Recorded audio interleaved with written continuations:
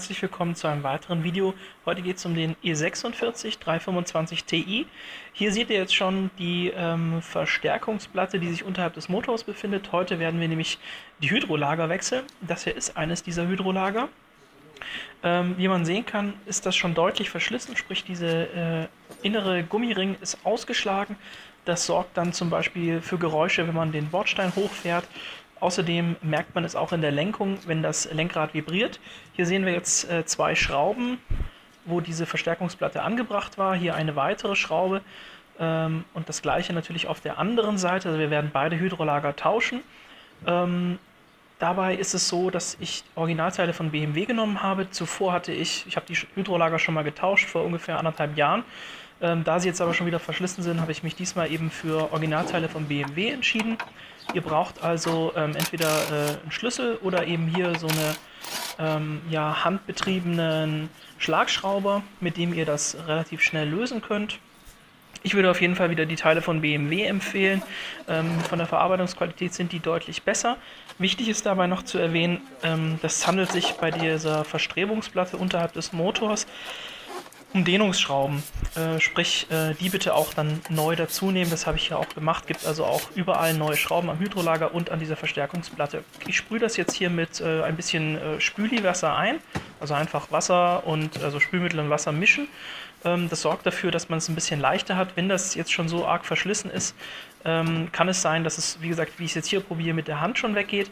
Wenn das nicht geht, wenn das zu fest sitzt, dann würde ich euch einen Abzieher empfehlen. Zu dem Abzieher habe ich dann auch gegriffen, sprich hier einfach einen Abzieher ansetzen und dann mit dem Abzieher das Hydrolager von dem Querlenker entfernen.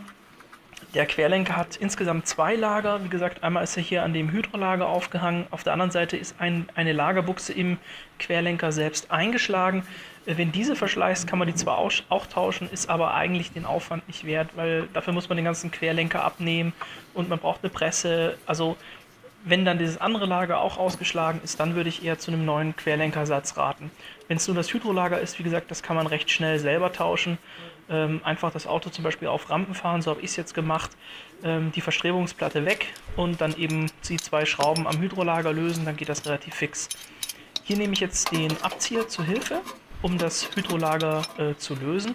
Da gibt es unterschiedliche Versionen von Abziehern.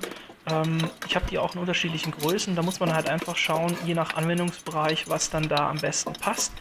Der hat jetzt bei mir hier am besten gepasst. Das ist immer so ein bisschen ein Gefummel, bis man den nachher in Position hat, weil das halt alles beweglich ist, damit das möglichst für viele Anwendungsbereiche nutzbar ist. Das ist halt so ein Universalteil. Die BMW-Werkstätten haben da wahrscheinlich Spezialwerkzeug, mit dem es schneller geht, aber mit ein bisschen Geduld klappt das auch so. Wie man jetzt sieht, hat das Ganze schon ein bisschen Zug und lässt sich dann eben entsprechend vom Querlenker lösen.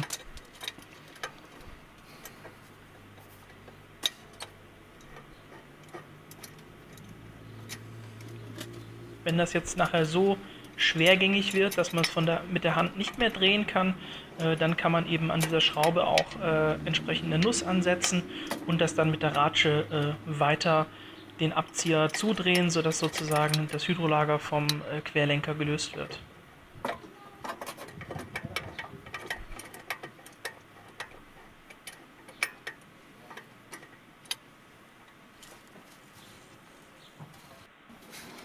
Jetzt sind wir hier nochmal dran, auf der anderen Seite. Und hier ist jetzt das eben so stark ausgeschlagen gewesen, da ging das jetzt so weg. Und man sieht das eben auch innen drin, diese ganze Gummischale, die ganze Ummantelung, das ist alles ausgebrochen und hat deswegen eben nur noch eingeschränkt den eigentlichen Zweck erfüllt.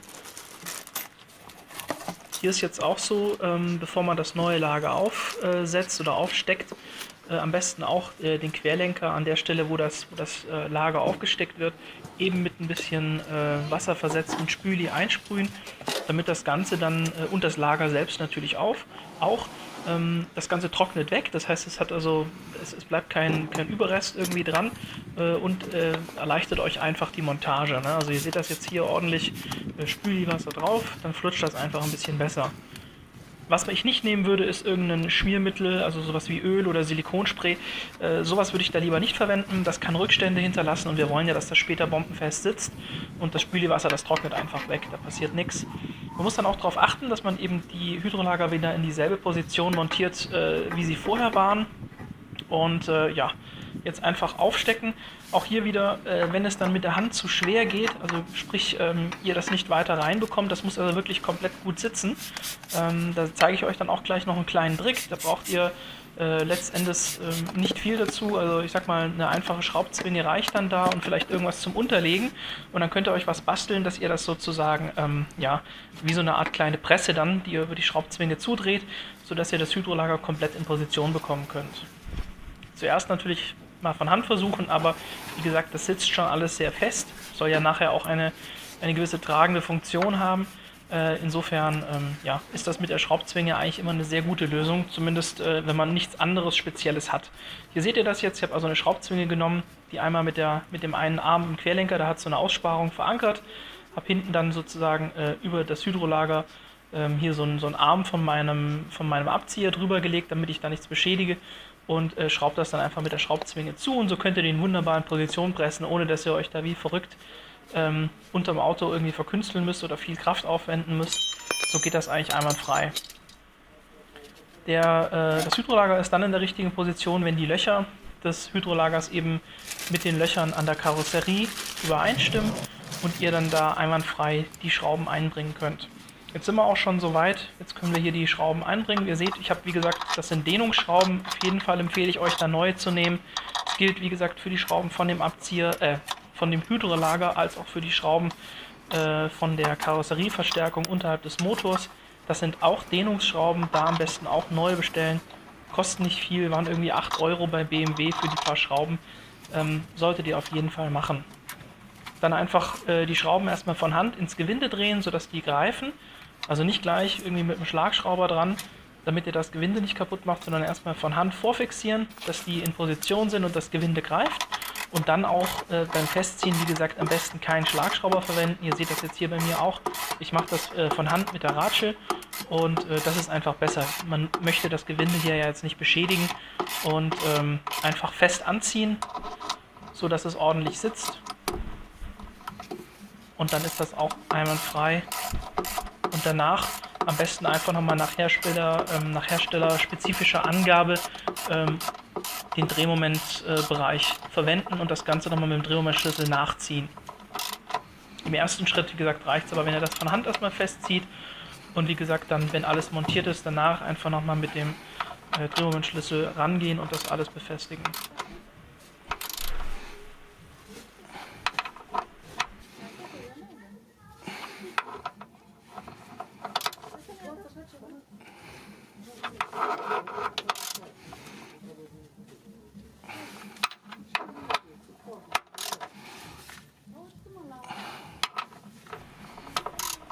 Den Vorgang jetzt eben für beide Seiten wiederholen, sprich linkes, also Hydrolager auf der Fahrerseite und Hydrolager auf der Beifahrerseite genauso montieren. Danach die Karosserieverstärkung unterhalb des Motors wieder anbringen und auch dort mit den neuen Dehnungsschrauben eben entsprechend festschrauben. Ich zeige das hier mal exemplarisch. Hier ist jetzt wieder die Verstrebung. Hier sind Löcher. Ihr müsst da nur darauf achten, die Schrauben sind da teilweise ein bisschen schräg eingesetzt. Das funktioniert aber, wenn man unter dem Auto liegt, kann man das ganz gut erkennen. Die Schrauben dann hier wieder einbringen und auch festschrauben. Ich hoffe, euch hat das Video gefallen. Ich habe noch weitere Videos zum E46 hier bei mir im Kanal. Schaut doch einfach mal auf die Playlist oder schaut einfach selber mal ein bisschen im Kanal. Vielleicht ist ja das ein oder andere Interessante für euch noch dabei. Bis dahin, viel Spaß und ciao!